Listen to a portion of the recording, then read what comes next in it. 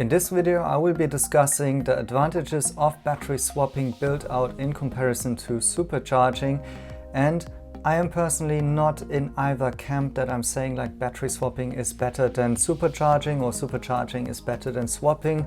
I think both can coexist and actually should coexist, and that it's about different use cases and different values that they are bringing for the users.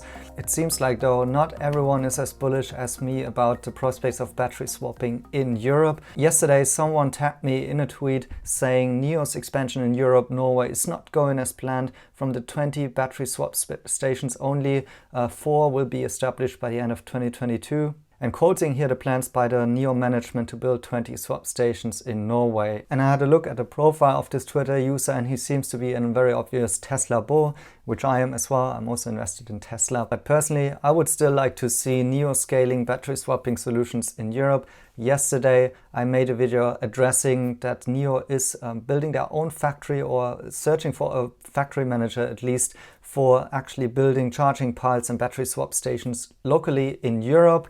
Note to everyone who thinks that this is a car factory, that is not the case from this hiring, so be clear about that. And regarding the goal of 20 battery swap stations in Europe, well, this local factory may actually help with those plans, and had a quick chat with one of the NIO executives as well, and he basically confirmed to me that this is still the plan. Let's see if they can achieve it. Now this news here might have actually something to do that they could actually realize those plans, and it's talking about why battery swap station build out can actually be more smoothly than actually Tesla Supercharging built out in Norway. So the article starts outlining Tesla and NIO have one thing in common. Both are developing their own charging networks in the markets. Tesla has their own superchargers, while NIO is also investing in the battery replacement stations, also with the lightning chargers, so also some type of superchargers. Now there's one issue around Tesla. They have currently 83 stations and they want to build 32 new locations, but there seems some issue around the build out with Tesla superchargers right now,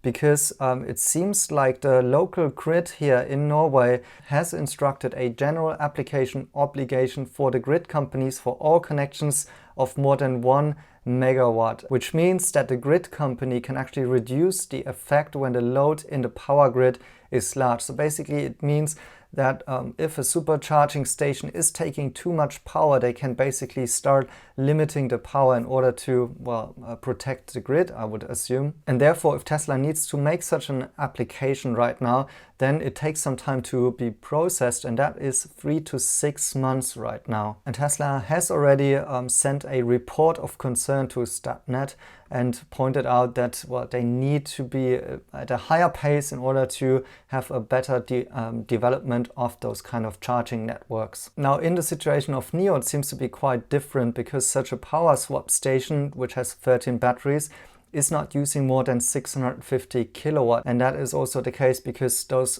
batteries in the power swap station are sometimes slow charged relative to demand.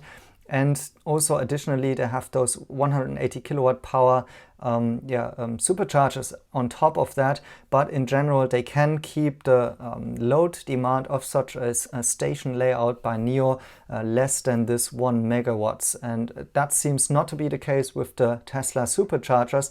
And therefore, it seems that the NIO infrastructure layouts don't have to file such an application, and thereby doesn't have to wait this 3 to 6 months. The article also outlines how the swap stations are using up less space, only 65 square meters, and are generally exempt from this kind of application where Tesla needs to go through. So it seems on this bureaucracy type of issue, NIO has some advantages regarding the build out of their infrastructure. On the other hand, Tesla seems to be challenged of building out their superchargers as quickly as they wanted to. I hope that also for Tesla those bureaucracy issues can be solved quickly. That would be good for EVs in general, of course, for Tesla in particular. But it is in the interest of all that we have a better EV infrastructure for charging, and there shouldn't be an issue also for those higher consumption supercharging stations. However, it seems like those battery swap stations, because they can be better load balanced, that also result now in advantages when it comes to those regulations. And so ultimately, whether NIO can meet their 20 stations target in Norway, I think this year will mostly be up to whether they can start and producing them locally in Europe as fast as possible. And with that, thank you guys for watching. Please like and subscribe, share it to your favorite NIO group, and then see you in the next one.